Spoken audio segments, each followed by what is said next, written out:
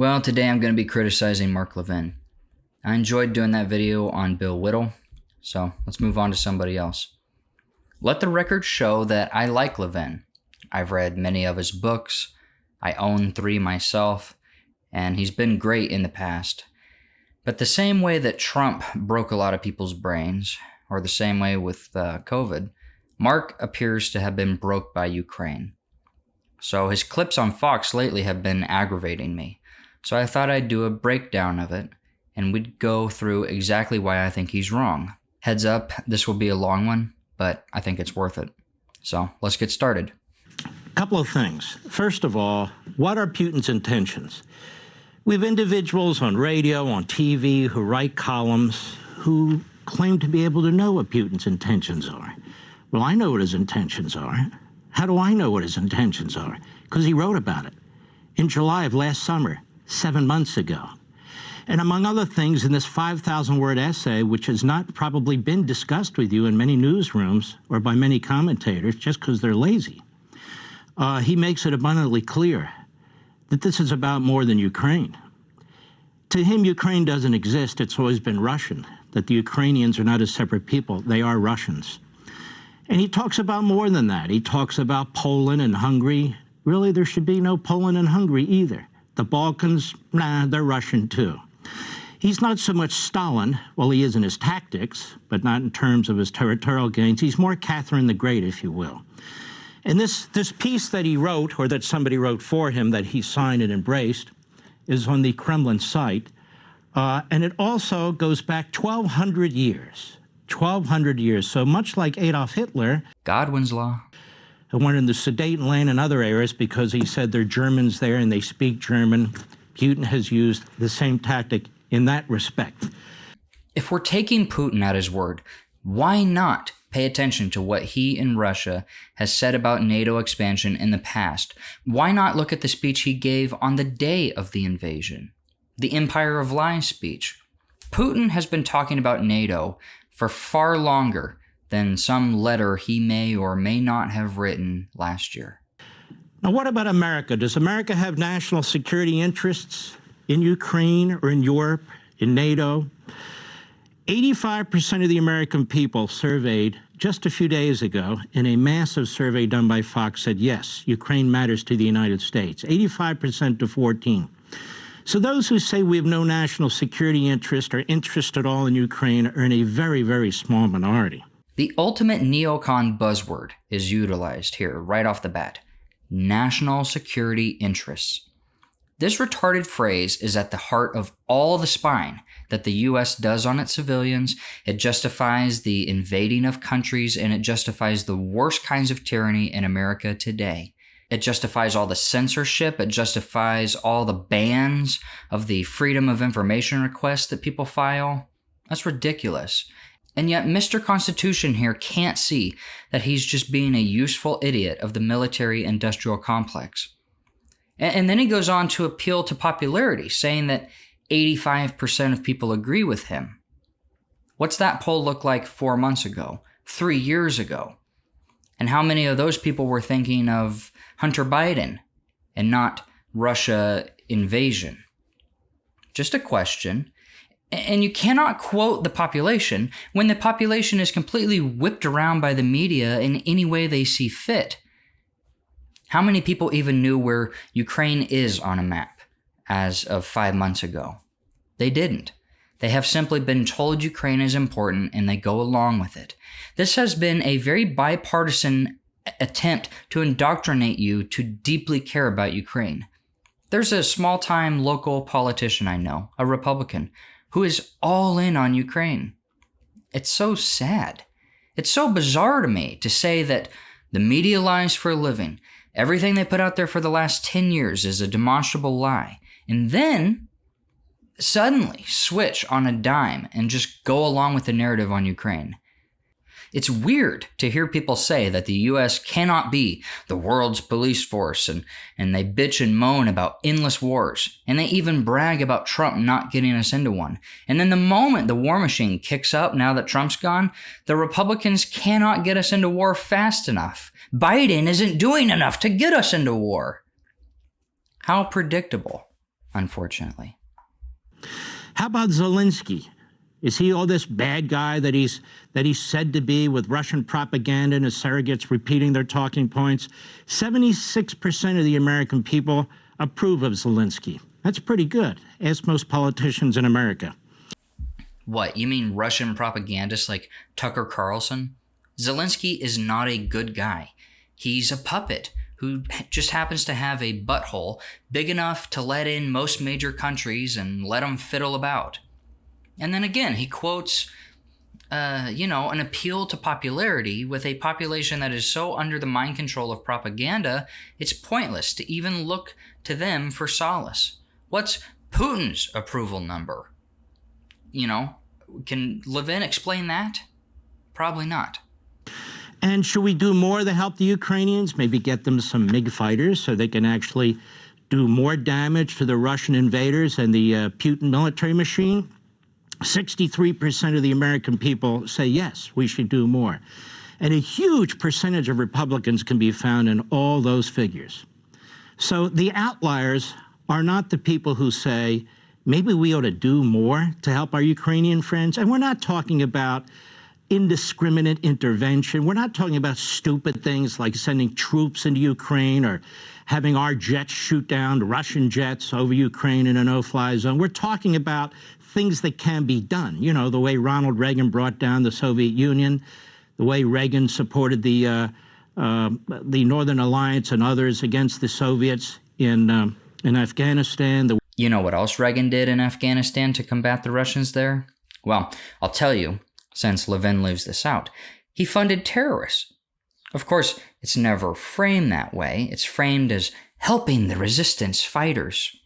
It was done in secret by the CIA in Operation Cyclone, which was started by Carter and expanded massively under Reagan, and it provided massive amounts of money to the Mujahideen in Afghanistan. You might have heard of some of these people. Osama bin Laden, Al-Qaeda. These resistance fighters, quote unquote, received military training in Pakistan at a cost of $800 million. In 1979, Carter gave a measly $695,000 to the terrorist organizations, but Reagan upped that number to $630 million every year by 1987. It was the most the U.S. had ever gave to any resistance group in American history, and that turned out great. Russia left Afghanistan, and Al-Qaeda and bin Laden and all his friends, well, they never went on to do anything reckless or crazy or violent. Peace through strength. That's what we need. Just go look up Operation Cyclone. See what Reagan did with that. There's mistakes to be made when you can only see one enemy.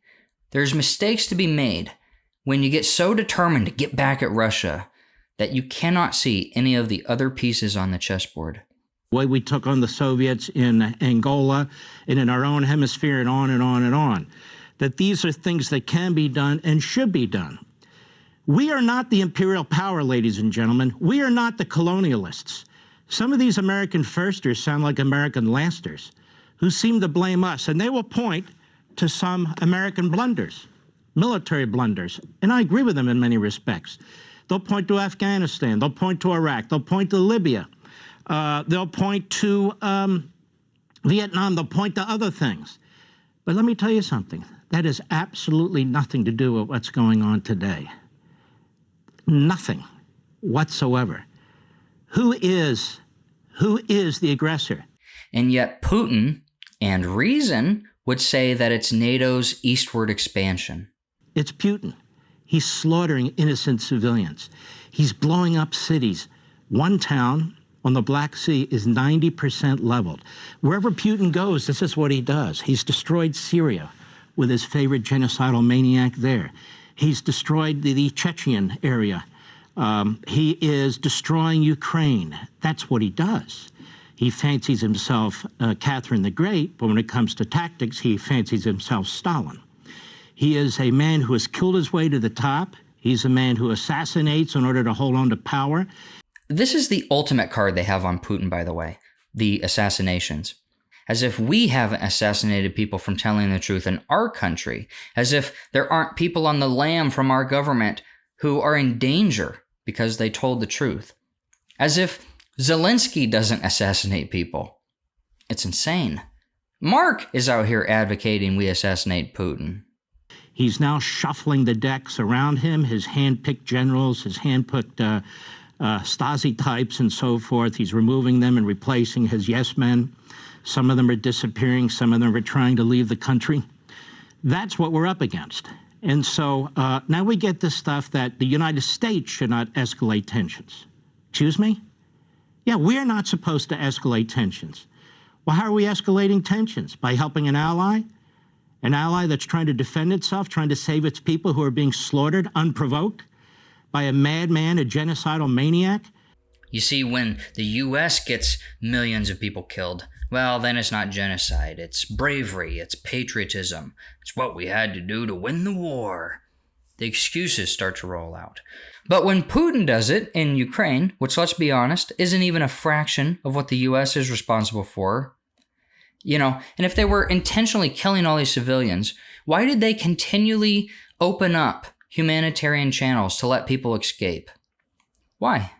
Who believes that Russia should control 2/3 of Europe because he goes back 12 centuries and dreams up a bastardized idea of ancient history? No, I don't think so. Well, he keeps threatening to use nuclear weapons. Well, that's amazing. He's a war criminal. He's involved in horrific atrocities. He is threatening to use nuclear weapons now and then. And yet people in this country, mostly the Putin wing, are saying, how dare you talk about the potential of taking out Putin? So he's a war criminal. He's committed atrocities. He's committing genocide, not the first time. He threatens the U.S. with nuclear weapons, and he shouldn't be taken out? That's about as stupid as it gets. I'm not saying we have to take him out, but we can encourage others to do exactly that, and maybe that's what's going on. Have you heard the head of his military has been missing for about 2 weeks, and nobody knows where he is? I wonder if they already tried. We'll see, and I hope they succeed if they do. We thought Biden was insane for suggesting we take Putin out. And here is Mark freaking Levin openly advocating for it. Just off the bat, okay? Russia is not the West. They do not share our same delusions. They are not stuck in some humanitarian hellhole waiting for regime change. It's not the Soviet Union anymore. And it's so hard for fossils like Levin to see that, I guess. The assumption is that a Western-style leader would take his place. But that is just flat out wrong and not guaranteed to happen. And what is more likely to happen? That Russia uses nuclear weapons due to some event in Ukraine, a war that they are winning, or we assassinate their president? You be the judge on that one. So Putin laid out a pretext for what he's doing. Those who are confused, some intentionally so, on what his ultimate plans are, should read what the man wrote, or at least purportedly wrote, but certainly embraces. It was on the Kremlin website. He tells you what he wants to do. Now, there's also this effort to smear Zelenskyy, the president of Ukraine. So anytime something happens in war, it is used by the Putin wing of the Republican Party, the Democrat Party, and the media and so forth. They don't tell you that Putin has locked up his main political opponent for another 9 years on trumped-up embezzlement charges. They don't tell you about any of that stuff, or that all the assassinations that he's been involved in, both in his country and outside his country, including in Washington, D.C. at some hotel. No. And, of course, he's trying to assassinate the president of Ukraine. He sends in Chechnyan headhunters. He sends in the Wagner Group, which is his favorite personal little militia, and so forth and so on. Zelenskyy is a bad man. He's worth about $600 million. How did that happen? I guess that always happens to comedians and Ukrainian state officials, I guess. Good guy there. He's prohibited the opposing parties from running, all of them. He's taken over the media, and he's shut down opposing stations. He's assassinated his negotiator. He's out there pushing climate change and the green agenda. He's out there in the middle of a war ranking which countries have been his biggest supporters. He said we were okay, but we could have done better. We got him $13.6 billion in a day, basically. We can't get any benefits for our own people that quickly. He's in charge of a literal Nazi battalion out there committing war crimes. But sure, it's all Putin propaganda if you point any of this out. But they're trying to smear him, and there's a great piece in the Cato Institute commentary by Kathy Young who goes into this, how Ukraine has been attacked and how Russia has been promoted by the likes of the late Professor Stephen Cohen in The Nation, Max Blumenthal in Salon, Seamus Milne in The Guardian, and Sohrab Amari in The American Conservative, which is basically a Buchananite publication in many respects. Of course. Of course! Here it comes! You knew it had to be there, but you had to see it for yourself. The only reason that anyone could ever in any way be against Zelenskyy is if they are anti-Semitic. What a joke. This is the oldest trick in the book. You want to talk about the relatively new phenomenon of Judeo-Christian principles and actually point out the Judeo parts? Oh, you're an anti-Semite. Criticizing what members of the tribe do will always get you in trouble. This isn't about rhinos and the Republican warmongers and neocons. Really? Neocons. You know, neocons is a pejorative for Democrats, Jewish Democrats, who switched over to Reagan because they supported his approach to the Soviet Union. This is a phrase that is used purposely to create the impression about who's behind this, Jewish intellectuals. But then if you raise it, say, hey, isn't it funny? Every time we speak, we're accused of anti-Semitism. No, nobody's accusing you of anti-Semitism unless you're using phrases that suggest you are. No, Mark. Neocon is the term we give to members of the Republican Party who intentionally try to get us involved in as many international conflicts as possible and continue to try to do so even though their track record is horrible and the U.S. has left a wake of destruction all over the world. It just happens that most of them have been and currently are Jewish, which gives Mark an easy out. He can just dismiss all that other stuff and just proclaim that saying it is anti-Semitic. You know, I thought neocon was a pretty innocuous word. In fact, I'd never heard it being used as a pejorative against the tribe before I watched this video. But good to know, I guess. Maybe I'm just ignorant on that. But I've heard it used so many times, I had no idea it was supposedly some anti-Semitic remark. As for the Washington war machine, there is no Washington war machine.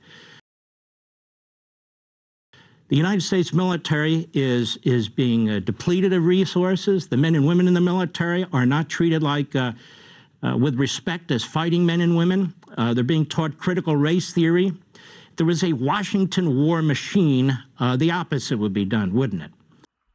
There's no war machine, apparently. You getting this, guys? I don't even know what to say. There definitely is a war machine. And right now it's in the middle of a game of tug and war between elites.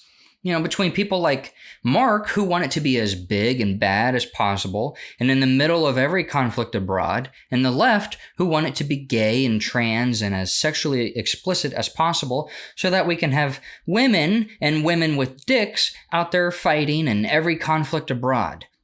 The left and the right came so quickly together over this Ukraine situation, didn't they? They fired up that war rhetoric right away. That is a symptom of the war machine. No getting around it. You know, these people, Tucker Carlson had him on his show. He was asking them, why do you care about Ukraine's borders more than our own borders? He kept asking that. And the people that work for the war machine kept going on simping for the war machine. You cannot say there is no war machine. Get out of here with that. That is just it is up there with some of the most insane things he's said in this whole thing. And I'll also add this. The military is changing to be more trained to tackle domestic threats rather than foreign ones.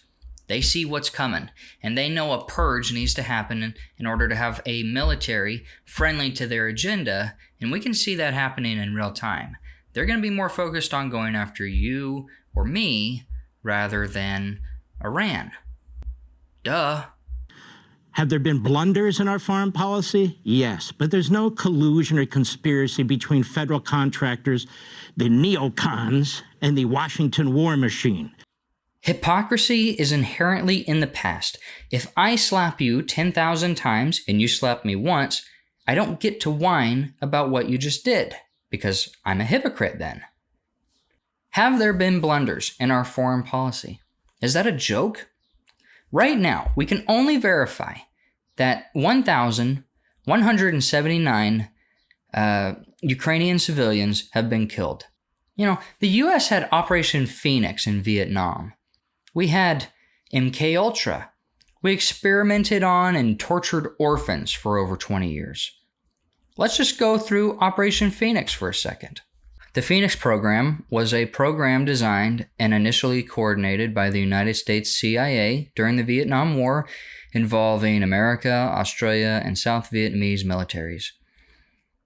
The program, which lasted from 1967 to 1972, was designed to identify and destroy the Viet Cong via infiltration, torture, capture, counterterrorism, interrogation, and assassination.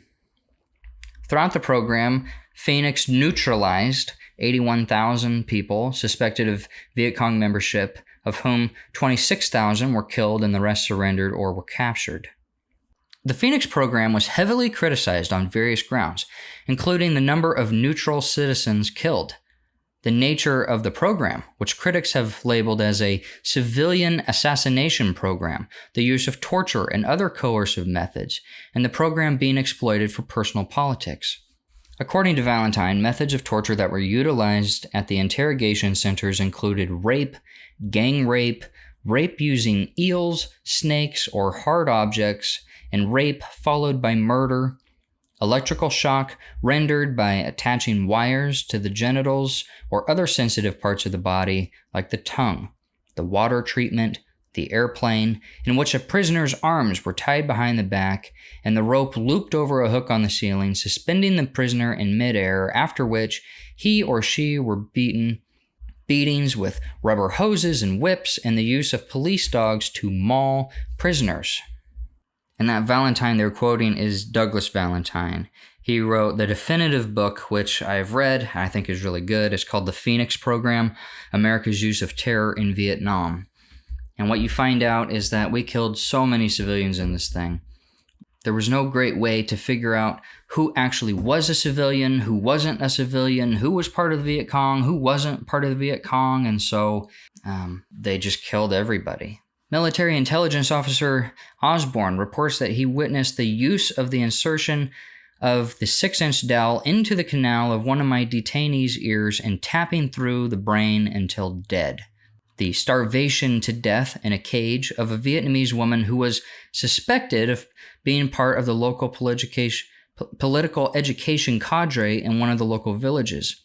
The use of electronic gear such as sealed telephones attached to both the woman's vaginas and men's testicles to shock them into submission. So that's Operation Phoenix. We did the firebombing of Japan. I'm not talking about when we dropped nukes on them. I'm talking about Operation Meeting House, where we bombed 100,000 Japanese civilians to death. I'm talking about Iraq, where we killed at least 150,000 civilians in the first 5 years.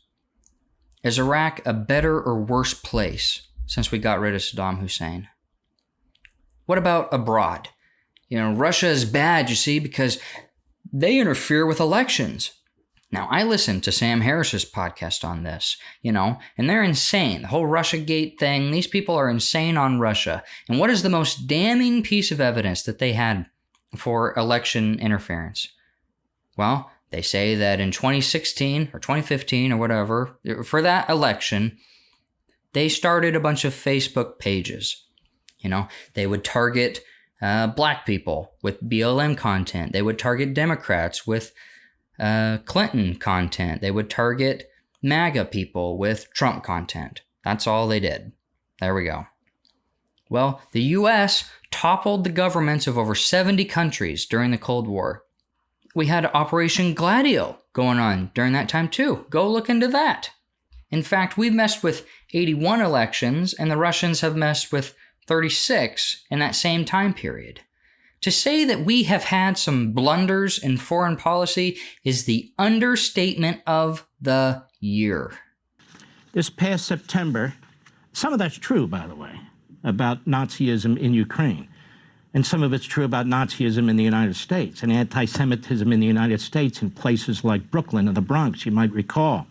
And during the Black Lives Matter riots, including in Los Angeles, and when Hamas was shooting missiles into Israel, and the activities that took place in New York, which were quite horrific, and that the number one victim of hate crimes in this country are Jews. But this is a fantastic country. This isn't a country that harbors Nazis, nor is Ukraine a country that harbors Nazis, even though there are elements within their society, as there are many elements within the Russian society, and there are many elements in the Democrat Party, as far as I'm concerned, if you listen to some of the more extremists in that party. But that's not my point. But there are actual neo-Nazis in the Ukrainian military. Zelenskyy can't control that element of his own country. That's the only thing he has left, and he can't weed out the bad apples that seem to make up a pretty big part of his military. My point is there's two types of opponents to supporting Ukraine, really, two broad categories. Number one are your typical pacifists, code pink types who are just wrong, and in many ways, moronic. You know, we got a lot of things to do here in the United States. We can't be paying attention to other countries. We have our own border to secure. Why would we worry about the border with Ukraine? Excuse me. We should worry about both borders. We should be securing our border and worry about the border with Ukraine. We had a recent President, Donald Trump, who understood that. And these extremists are nothing like Donald Trump. In fact, many of them condemned Donald Trump when he took out Soleimani, said it was very provocative with the Iranians. Why are we involved? Even though Soleimani is responsible for the death and casualties of thousands and thousands of Americans. You see the Wounded Warriors program, you see Tunnels to Towers program. Many of the people that they're helping have head injuries, have lost body parts as a result of what the Iranian regime did with Soleimani running the terrorist operations. They attacked Trump when he also attacked the Syrians and attacked their airport, killed several hundred Russians, as I understand it, who were manning that airport when they were gassing their own people. So Donald Trump is not one of these pacifist, isolationist types, but there is a doctrine of that sort. And then there's a different one, which really is a Putin-type mouthpiece operation, propagandists in this country. And they are involved in the sort of thing that Assad is, trashing Zelenskyy. They're involved in the sort of thing that Assad is in other respects, too. That is, defending Putin in terms of he needs space. He needs his space, and historically, they needed space. And, of course, they come up with nonsense like, well, Ukraine wanted to join NATO, so therefore Putin wanted to put an end to it. Ukraine was not going to join NATO. Ukraine just said it wouldn't join NATO, and its cities are still being obliterated. Ukraine played footsie with the West and NATO, and Ukraine paid the price. Zelenskyy said that he asked if Ukraine was going to join NATO, and the U.S. said no, but to keep the public facade that it might join. And the risk to that was going against what Putin has talked about for longer than just some letter he might or might not have written last summer. It goes against what Putin has talked about for 20 years and against what Russian foreign policy has been back to the Soviet Union days. If we're going to take Putin at his word, he said in his Empire of Lies speech that the U.S. broke every promise it made regarding NATO expansion, and Ukraine was going to be no different. That is not defending Russia. That's not propping up Russian propaganda. That is a realistic viewpoint. To ignore these facts is to be ignorant. That said, the Ukrainians are fighting like heroes. They're doing everything they can to fight the Russians. The Russian military machine is vile in the way it attacks cities and innocent citizens. But when it comes fighting man to man on the battlefield, it's not as strong as they thought. So in my view, the Ukrainians deserve all the support they can get. If we can contain this war to that part of the world, that would be a good thing. So it doesn't bleed into the NATO countries, so it doesn't bleed into Taiwan with Xi seeing what's taking place. And of course, with Biden arming the Iranians with nuclear warheads, this is a separate and wholly grave issue that needs to be more fully addressed. I guess what drives me crazy the most is that to offer up realistic expectations puts you in the Putin wing of the party, according to Levin. To minimize the death count, well, Putin wing. To criticize Zelenskyy, Putin wing. Oh, and anti-Semitic, you're a racist. To bring NATO into the equation, Putin wing. To talk about past failures of the neocons themselves. Well, that's Putin wing. Oh, and yeah, that's anti-Semitic as well. This means NPR is the Putin wing. Salon is the Putin wing. Nigel Farage is the Putin wing. Tucker Carlson is the Putin wing. When you have a hammer, everything looks like a nail. And that's what's going on with Mark Levin. He's throwing this term around so loosely that it's lost all its meaning and significance. It's exactly what the left has done with the word racist. If everyone is racist, then no one is racist. They make the bar to entry so low that anyone can qualify, but they want to keep the consequences of using that word against you. They want to keep those consequences the same. It's the same with Levin in the Putin wing of the Republican Party. I guess at some time that did mean something. But right now it's so broad and so the barrier to entry so low that anyone can do it. I guess that makes Candace Owens part of it and me part of it.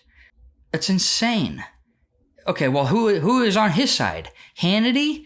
Hannity said that all the members of NATO should nuke Russia at the same time so that Russia wouldn't know which NATO country to hit back on. I guess that's the only position that Levin will agree with. That's insanity. This video is insane. What are Putin's intentions? That was the title of this video. It's clear. It's just so clear. But if you're a fuddy-duddy, if you're a Flintstone, apparently you view this whole thing completely different. This is crazy. Anyways, that's all the time I have. If you enjoyed this video and type of content I'm making, consider giving this video a like and subscribing. I'll see you all in the next video. Peace.